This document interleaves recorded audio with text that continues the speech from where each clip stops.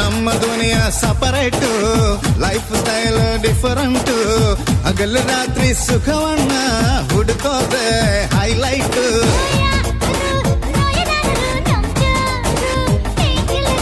ಯಾರು ಬೋರು ಅನ್ನರು ನಮ್ಗ್ಯಾರು ಅಷ್ಟು ಪಿಲ್ಲರು.